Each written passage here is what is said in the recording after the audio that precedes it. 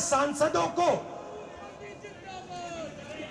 बाहर कर दिया, पार्लियामेंट के बाहर खड़ा कर दिया। यह सवाल मीडिया ने नहीं पूछा, क्यों किया, कैसे किया।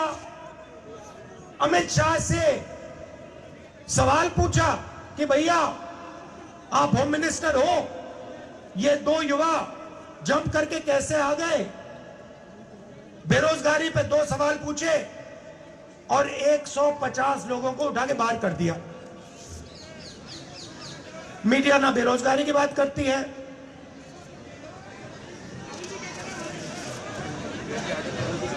ध्यान इधर उधर कराती है। ये जो 150 लोग हैं, किसी ने अपने भाषण में पहले बोला, ये सिर्फ व्यक्ति नहीं है, ये हिंदुस्तान की जनता की आवाज है।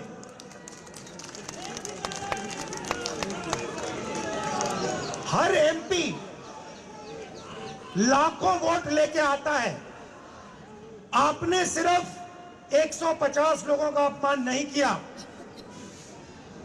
आपने हिंदुस्तान की 60% जनता का मुंह बंद किया है। यह सच्चाई है। और आप सोचते हो कि आप हिंदुस्तान की जनता को डरा दोगे, धमका दोगे। आप अग्निवीर योजना लाए,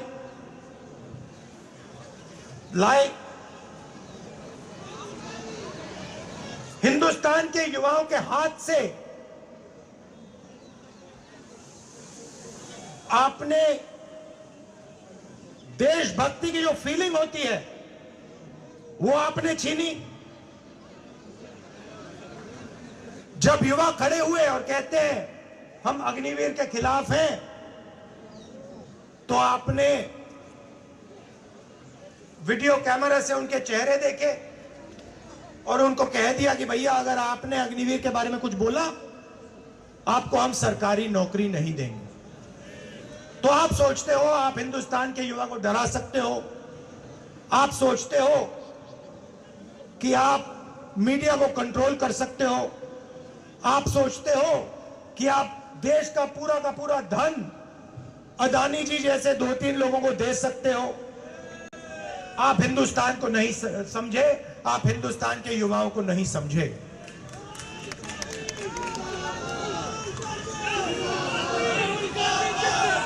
हम सब ऑपोजिशन के नेता, ऑपोजिशन के कार्यकर्ता एक साथ खड़े हैं।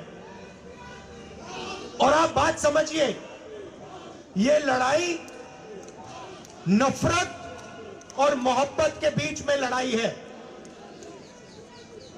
जैसे मैंने कहा, नफरत के बाजार में हम मोहब्बत की दुकान खोल रहे हैं। जितनी आप नफरत फैलाओगे, जितना आप लोगों को धमकाओगे, डराओगे, उतना इंडिया अलायंस मोहब्बत फैलाएगा, भाईचारा फैलाएगा, एकता और इज्जत फैलाएगा।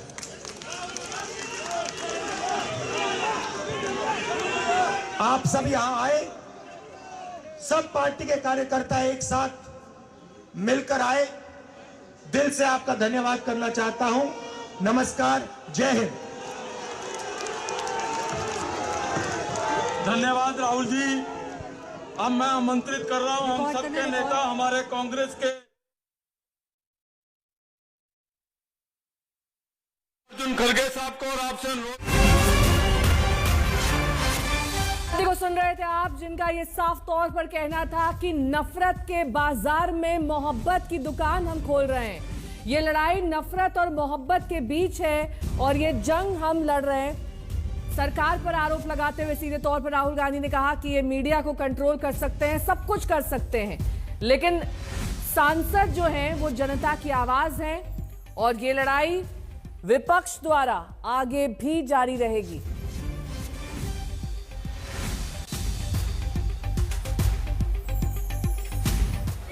थोड़ा पहले शांति से सुनो, फिर उसके बाद जोर से तालियां बजाओ। मंच पर बैठे हुए नेता राहुल गांधी जी, पवार जी, येचुरी जी, डी राजा जी, शिवाजी, डीएमके के नेता, आरजेडी के नेता और जेडीयू के नेता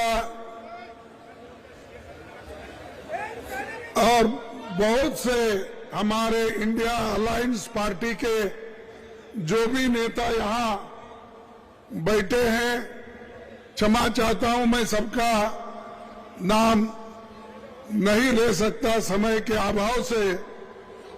मैं इतना ही कहूंगा कि आज इंडिया अलायंस के सभी नेता यहां पर आए, अपनी बात रखे, इसीलिए मैं उनका सबका धन्यवाद करता हूं।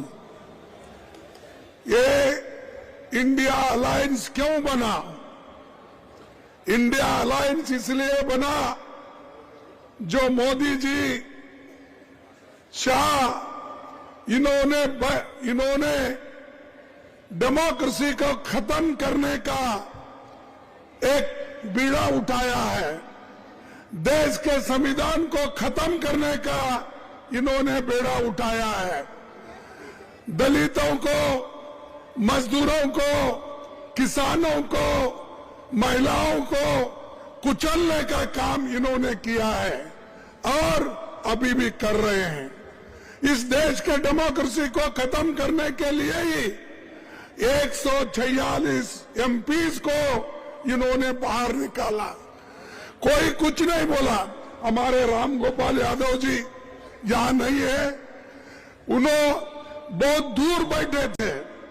ऐसे कई जो 147 एमपीज में दूर दूर बैठे थे, मुंह भी नहीं खोले थे, बोलने का बाद उनको समय भी नहीं मिला, लेकिन उसको सस्पेंड किया गया। सस्पेंड करने के बाद हमने बाहर सभी मिलके गांधी स्टैच्यू के पास सत्याग्रह किया, धरना किया। तब जो हमारे सदन में सरकार के तरफ से ये आता है, मुझे बहुत धक्का लगा कि एक संविधान के उच्च पद पे बैठते हैं ऐसे लोग कहते हैं कि मैं एक फलाना जाति का आदमी हूं, इसीलिए मुझे इंसल्ट कर रहे हैं।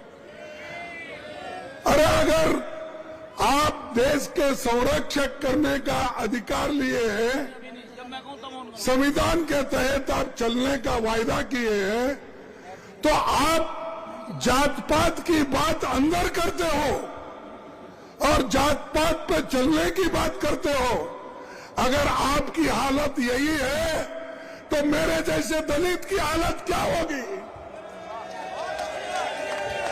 मैं जब उठता था, सदन में उठता था बात करने के लिए, आपके तरफ आवाज उठाने के लिए, तो उस वक्त कभी मुझे मौका नहीं मिलता था। जब कभी भी देश में जब महिलाओं के ऊपर रेप होती है, जब कभी दलितों को कुचला जाता है, किसानों को मारा जाता है, मजदूरों को मारा जाता है और संविधान के धज्जे उड़ाए जाते हैं, उस वक्त हम खड़ा होके जब नोटिस देते हैं, नोटिस पढ़ने को भी हमको वो नहीं दिए।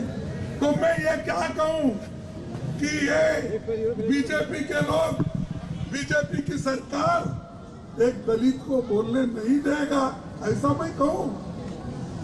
अरे ये तुम संविधान के पद पे बैठे हो और तुम रोते हो।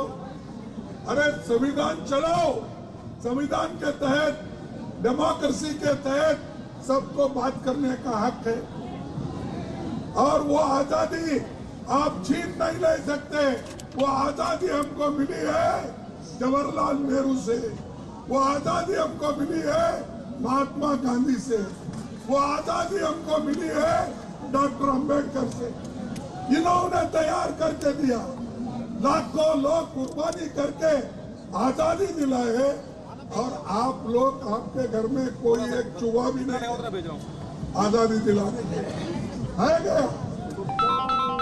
और वो हमको कहते हैं देश को ये बर्बाद कर रहे अपोजिशन के लोग, देश को ये लोग यहाँ पर डेमोक्रेसी नहीं चलने देते।